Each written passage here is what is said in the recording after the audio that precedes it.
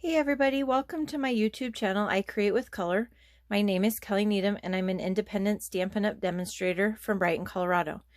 I am happy to be back from our holiday break, Christmas and New Year's. We were so busy, but we had so much fun. But I am ready to come back to work. And before we get started, I want to share a little something with you. I will admit at the end of the year last year, I was having a really hard time with creator's block. I have all this stuff that I can stamp with. I have stamps and paper and inks and everything else. And I just found that when I was coming down here to my craft room, I had 50 things in mind that I wanted to do, but then I'd get down here and I would kind of just draw a blank or things wouldn't come together the way that I wanted them to. So I was just getting really frustrated. So this year I want to try a couple different things and hopefully it'll help me to not get that creator's block. I know some of you may have experienced this as well. But one of the things that I did is I came across a list on the internet that has daily bizarre holidays or unique calendar holidays that you don't even know are out there. So I wanted to try and take some of my inspiration from that and see if I couldn't pair up some stamp sets with some of those crazy holidays and see if I can start using some of the things that maybe I haven't used in a while. So today's card is actually made for Houseplant Appreciation Day, which happens to be, you guessed it, January 10th. So today my card uses the stamp set Country Home, which is this one right here. And I'm going to be using, this is the closest thing that I had to houseplants in my stamps that I thought would work really well for this. So I'm going to be using this stamp right here and this watering can. And as you can see, my image here looks just slightly different than using the full watering can. And I'm going to show you the trick that I used to make that happen. And in my videos coming up, you're going to notice that I don't have all of the supplies listed over here on the side anymore. I will list those in the description and the measurements for everything, but I found that most of the time when I was stamping, I kind of covered it all up anyway.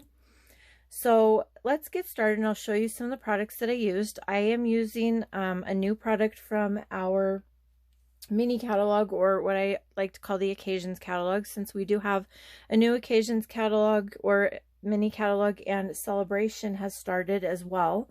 If you're not familiar with Celebration, it's basically a great way to get free products for every $50 that you spend from the regular Stampin' Up! Catalog and the mini catalog that is now out January through June. You can earn a free product out of the Celebration catalog.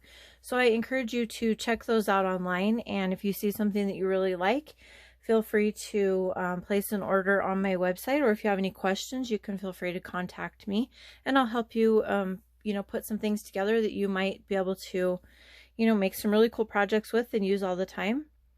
So let's get started. First, I want to show you where this DSP came from. So this is from a 6x6 pad that is called, hold on, I almost forgot. It's called Best Dressed 6x6 Designer Series paper, and it's a lot of fun, but I have to be honest with you, I wasn't that crazy about some of these images that are in there. They coordinate with the stamp set, and a lot of these images are stamps in the set. So there's a perfume bottle, there's a tube of lipstick, there's also a high-heeled shoe. It's actually very similar to this one right here. And I wasn't that crazy about some of these designs, but what I really fell in love with were the designs on the other side. So I'm just going to show you the rest of these really quick. There's a really cute one with purses on here.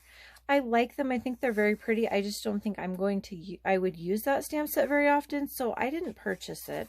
But I did purchase the paper, and the reason that I purchased the paper is because I really, really loved the images that are on the other side of the paper. All these florals, stripes, things that I know that I'll be able to match up and pair up with other stamp sets I already have. Those are the ones that I really fell in love with. So I'll go through the rest of these really quick, just to give you guys an idea of what they look like.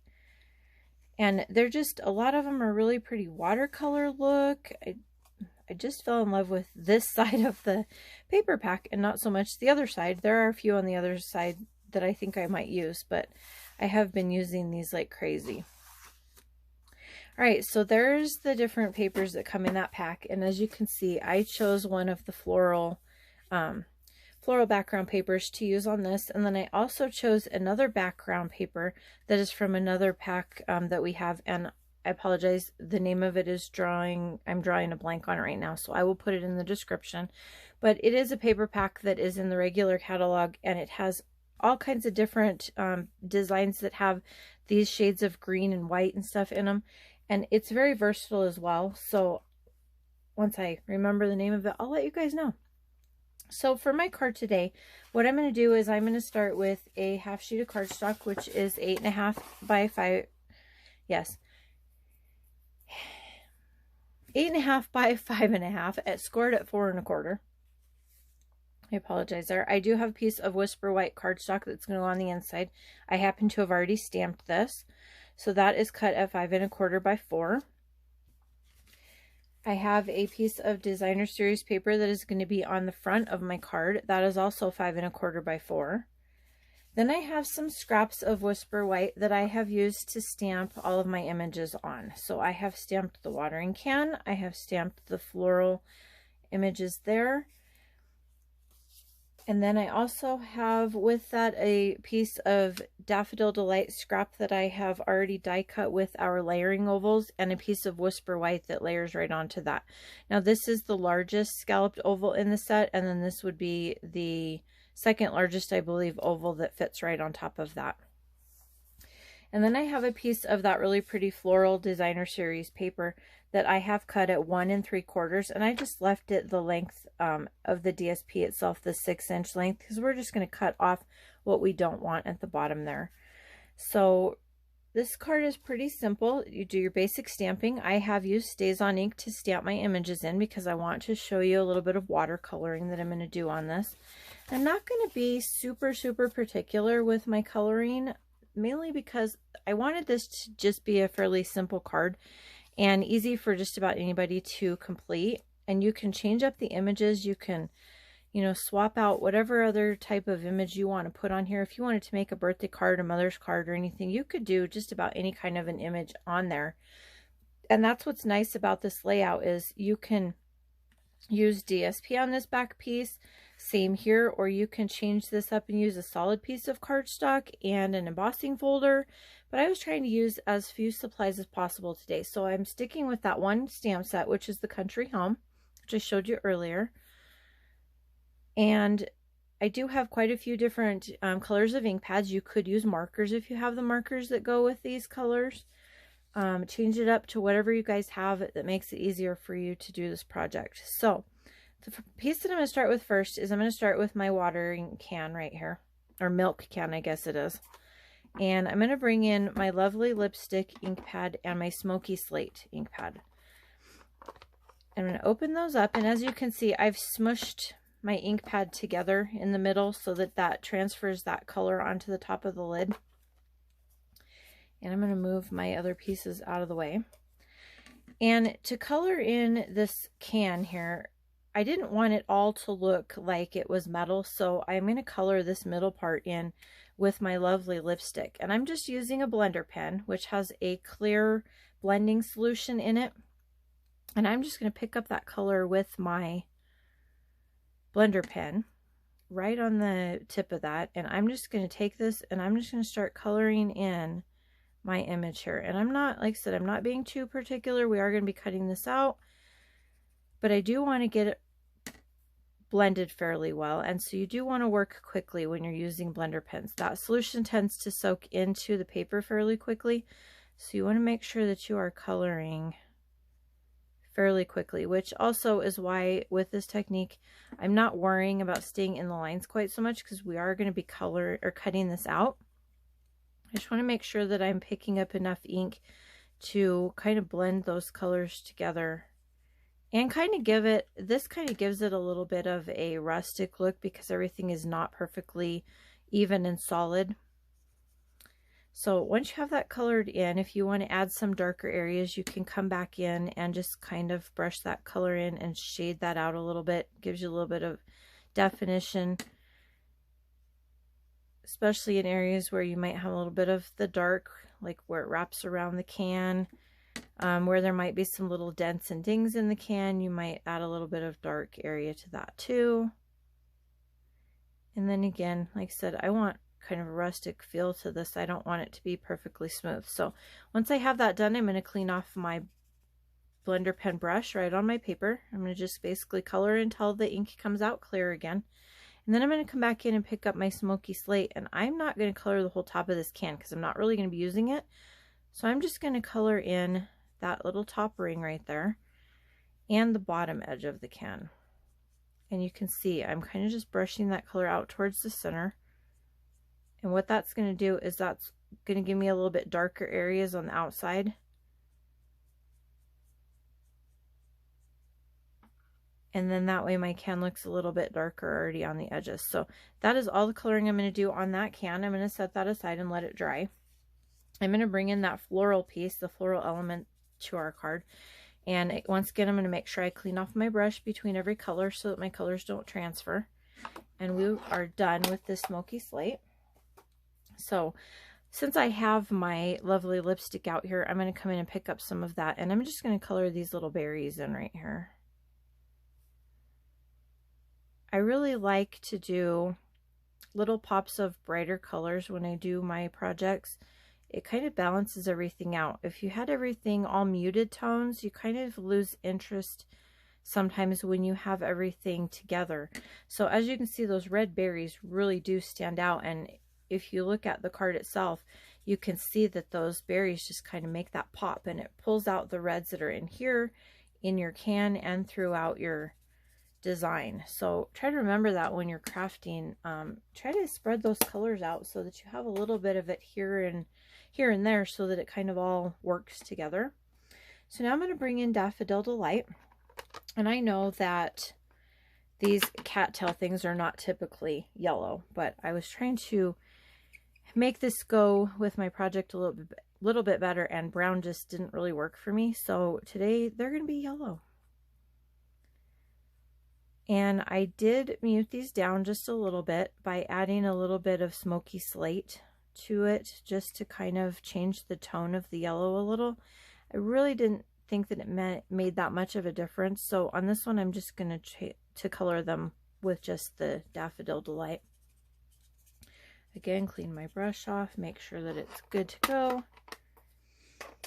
I am going to go into Old Olive. That way, if there is any yellow still left in my brush, because sometimes yellow and reds are hard to get out.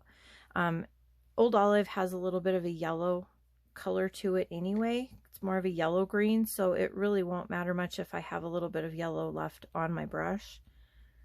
And I try to do that with a lot of colors. For example, if I were going to use Smoky Slate quite a bit, I might come in and use the next color, which is Highland Heather, right after that.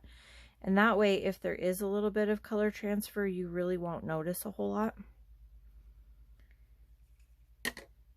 There's quite a bit of green here, so bear with me as I color it all in. And as you notice, the more you color, the lighter that green gets. And so you may want to just kind of load your brush up again, come back in, color another area. But it's kind of nice to have those lights and darks in there as well. All right, come in and color these on this side. And as you can see, I'm really not being too particular about, you know, where the lights and darks are. I do want to get those different tones in there, but this is not a huge watercoloring lesson. This is just very simple, very basic to show you what you can do with your inks and your watercolor or your blender pens. You can get a really pretty watercolor effect with it without a lot of effort. That's why I like it. All right, so my last one is Highland Heather, or second to last one is Highland Heather, and I'm going to come in, and this is supposed to be an artichoke, but I just want it to be like a purple flower, so we're going to color in that little artichoke with purple. And if you actually look at artichokes when they're full grown, before they pick them for eating, they actually turn into what looks like a great big huge purple thistle. They're really pretty and interesting, but that's kind of where I decided I was going to make it purple. All right, and last but not least, I have Mint Macaron, and that's going to be the color that I use to color in the rest of these little leaves. And again, just really quickly Not worrying too much about it. You're going, when you cut this out, you're going to have a couple different options here, and I'll show you what I mean here in a second. All these little leaves and all of these little parts and pieces to this are really hard to cut out, and so I didn't fussy cut around all of them. If you have like a scan and cut or something along those lines, you could use that as well if you don't want to mess with fussy cutting. Since I was only doing a couple of them, I went ahead and just took my scissors and cut out my image, and it was just easier that way. So now that my coloring is done, I'm going to spare you guys the actual cutting out process. I've done that off camera. So what I did, and I'll show you, is I took my image and I did fussy cut all the way around the bottom of it to make sure that I didn't have any white showing, and that's because I wanted that to layer on top of my can really nicely. But on the top part, I just kind of went and cut around all of those little parts and pieces, and I did leave some of that white in there because I didn't want to try and go in and cut out every single one of those leaves. Sometimes when you do that, you lose the design when you go to put it all together, so I didn't bother to cut out all of those. Now on my design here, I wanted it to look like just more of a pot and not so much the milk can. So what I did is when I cut out my milk can, I left this top part on here. And the reason that I did that is because it'll give you a little bit more stability when you go to mount this on here, and you can mount it together as one piece. So I'm just going to take some dimensionals, and I'm going to place a couple of those on here, right at the top of my can on that part that I didn't cut off of there. So basically I just cut out down around the bottom, and then I kind of chopped off the top just like that and made it really super simple. Now I'm going to peel those backing pieces off, and I'm going to stick my flowers right on top of that, just like that. So now my flowers are popped up over the top of my can, and it didn't take me a whole ton of fussy cutting to make that happen. So that's just a little trick that you can keep in mind when you want to make a stamp look different. You don't always have to use the full stamp just the way it is. You can, you know, take it down and just use this to look like a flower pot instead of a milk can. Just another way that you can get more out of your stamps by changing the way that they look.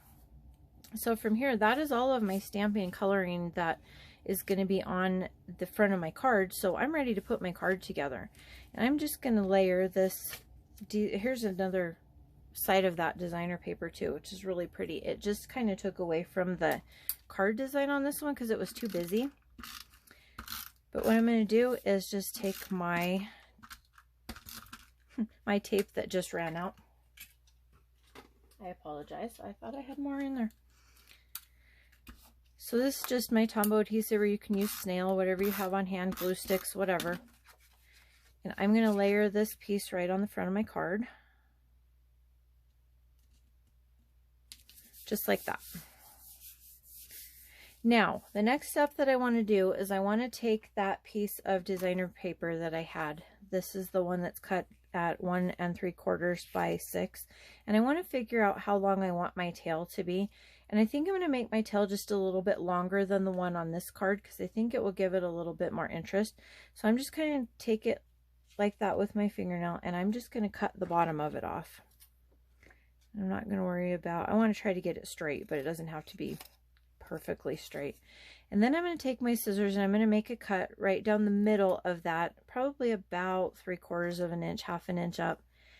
And then I'm going to take my scissors from the outer point up to the inner point of that.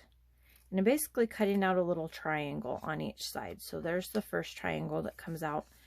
And this is going to be my second. And this is a good way to ensure that your little flags come out pretty darn close every time. Now you can use dies, you can use punches, whatever method works best for you. But a lot of times I don't have those all on my counter available right then and there, so I just grab my scissors because I know those are always there. All right, so then what I did is I took some of our white twine, and I wrapped it around here about 3 times.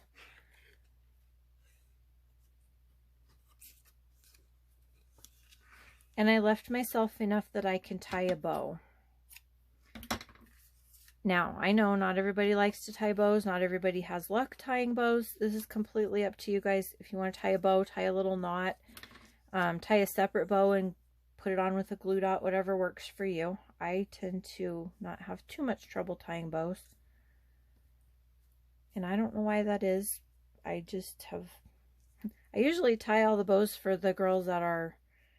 A lot of the girls that are meeting too, because they're not crazy about tying bows. So a lot of times I will tie their bows for them.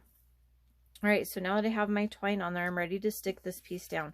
I just, again, used my Tombow adhesive or snail adhesive to adhere that right onto the front of my card, just like that. And then, because there is no stamping on this piece, you can go ahead and layer the white oval on top of the Daffodil Delight oval. And I don't know why, but this one always gives me fits. I can't ever seem to get it straight. So if it's a little off, just ignore it, okay? All right. And this is going to get adhered directly to the card as well. No fancy dimensionals, none of that stuff.